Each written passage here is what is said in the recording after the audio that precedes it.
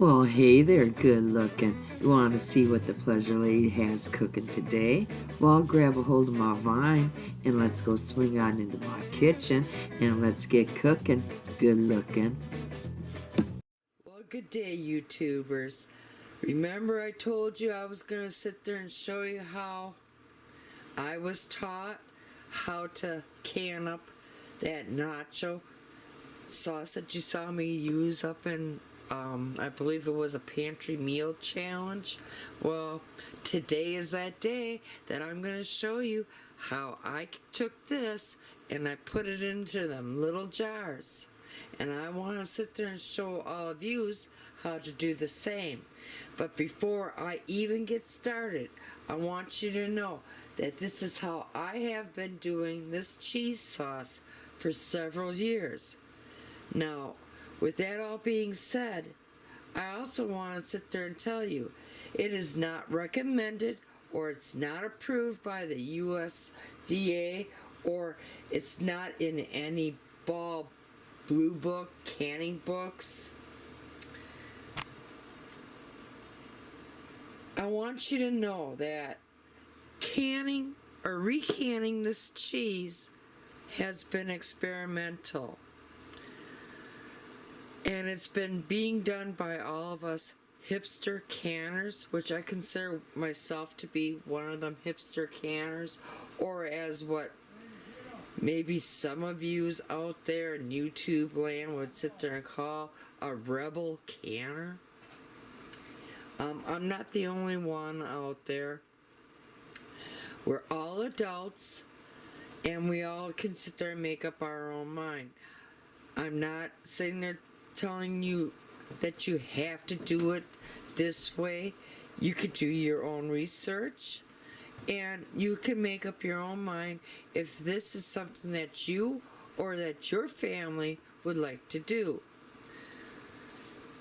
So with all that being said, I want to sit there and let's go ahead and let's get started. Now what I do is I sit there and I take this number 10 can of nacho cheese, I open it up, and then I would sit there and place it into either my Nesco cooker or into my big old cast iron Dutch oven here.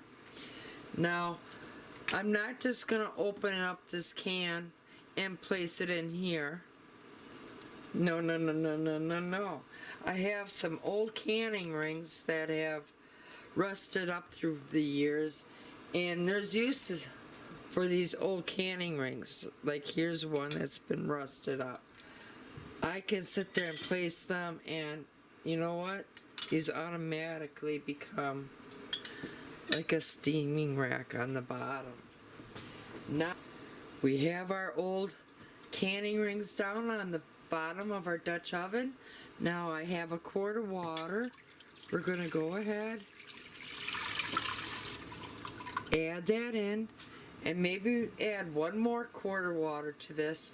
I'm going to go ahead, I'm going to open up my can of the nacho cheese sauce, and we'll be back. And while I'm opening up my can of nacho cheese sauce here, I want to talk about something once.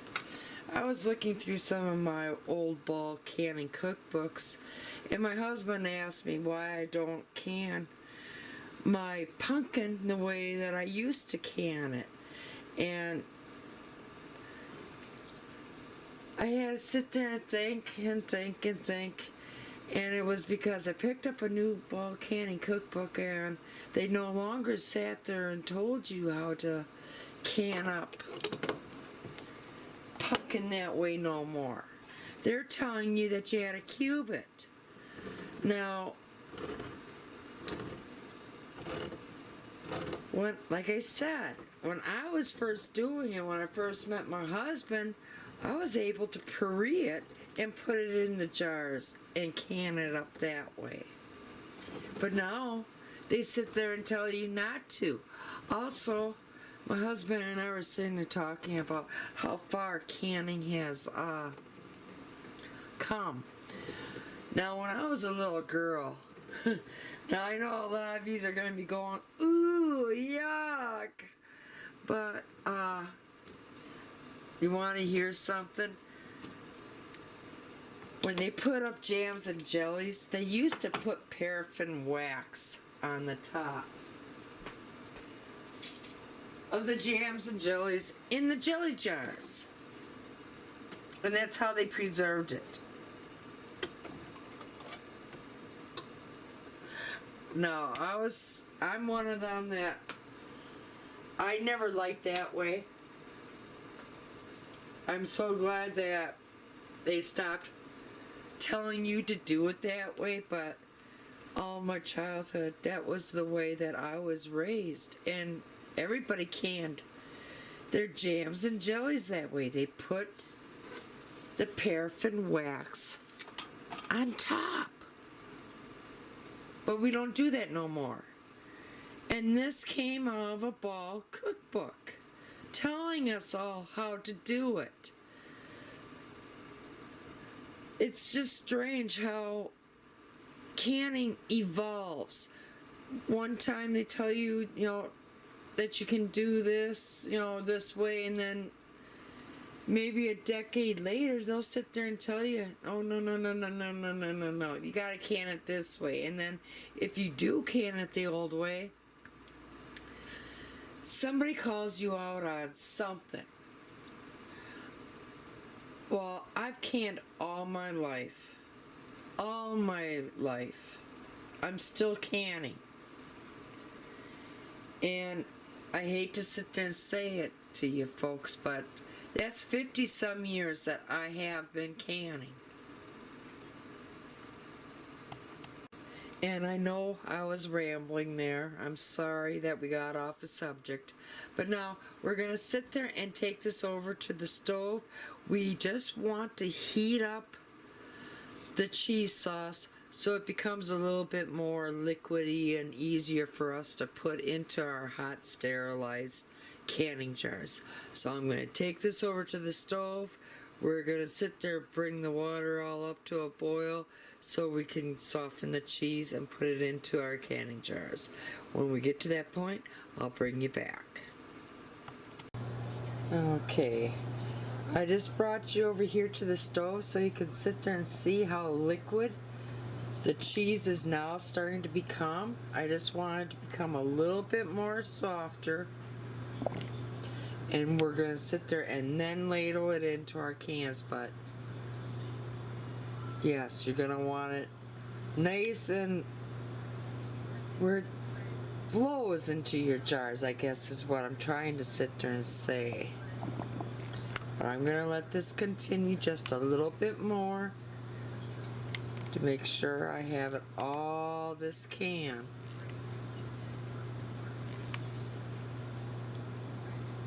And we'll take you right over to the area where we're going to be jarring it all up. So I'll see you in a little bit.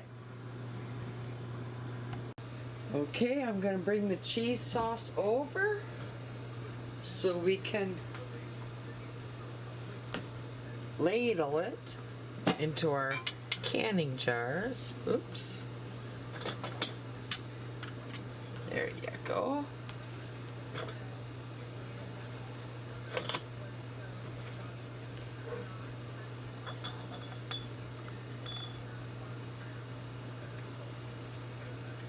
Take the oven mitts off.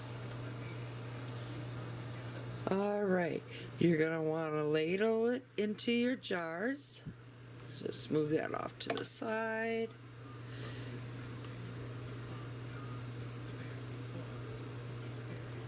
And you're going to want to leave a 1/2 inch headspace.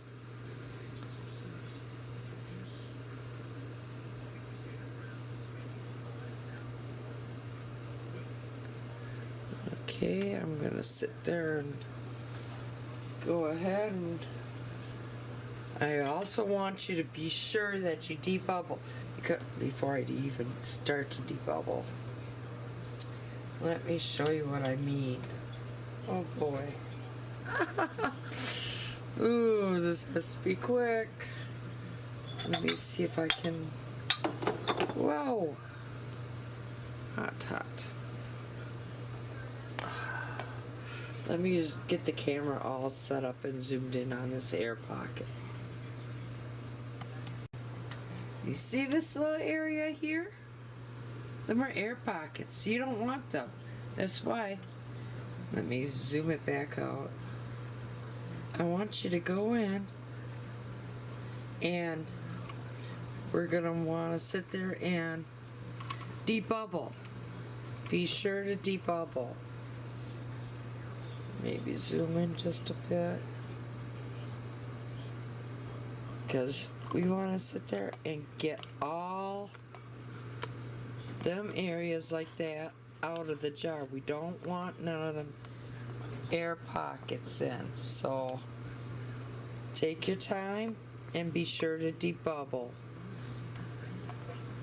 And 1/2 inch headspace is what we need.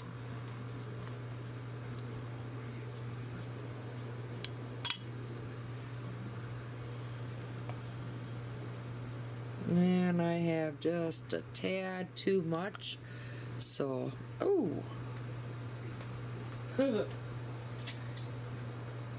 My hands went soft there a little bit.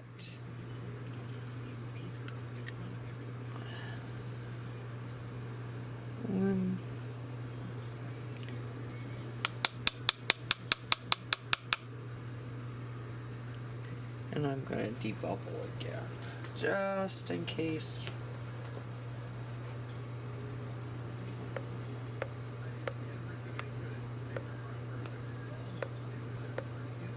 Okay, yeah, that's much better. So I'm gonna continue to ladle all these into my jars, and we'll see you when they're ready to be processed.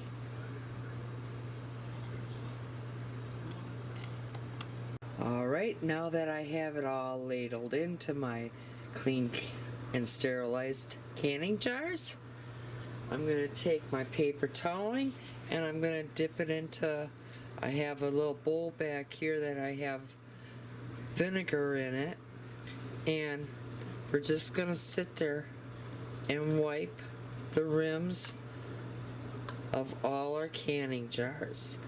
So I'm going to wipe all the rims of these off, and as soon as I'm done with that, we'll be back to place the lids on and the canning rings, and it's time to process. And I have 12 half pints of these going into my hot water bath canner, plus a little bit in the can here for what I like to call the chef's portion, a little sampling. So go ahead, put your hot lids on.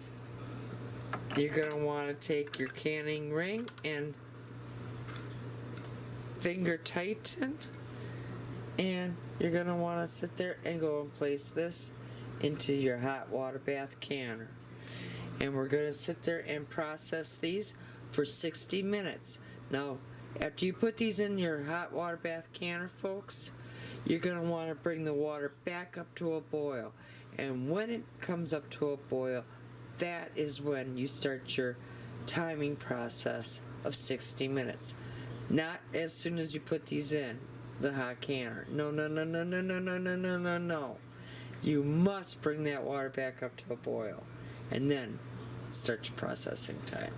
So I'm going to continue putting my lids and my rings on, and I'm going to put them in my hot water bath canner, and we're going to process them for the 60 minutes. I'll see you after the 60 minutes.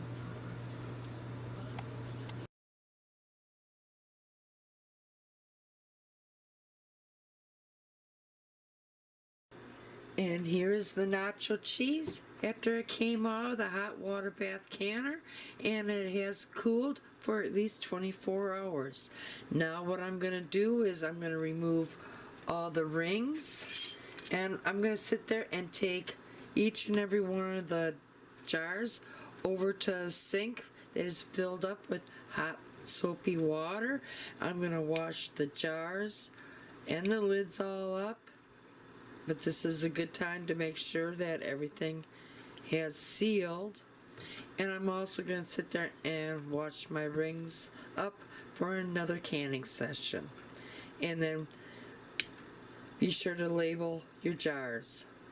Now I hope that you enjoyed this tutorial, and now if you like what you saw here today, please go down there below, hit the little like button, and then go up above and please hit the subscribe button, tap that little bell. That way you always be notified every time the Pleasure Lady here puts out a new video. And I'd like to thank each and every one of you for taking the time to stop by and watching one of my videos here. Y'all come back now. You hear? The Pleasure Lady loves each and every one of yous.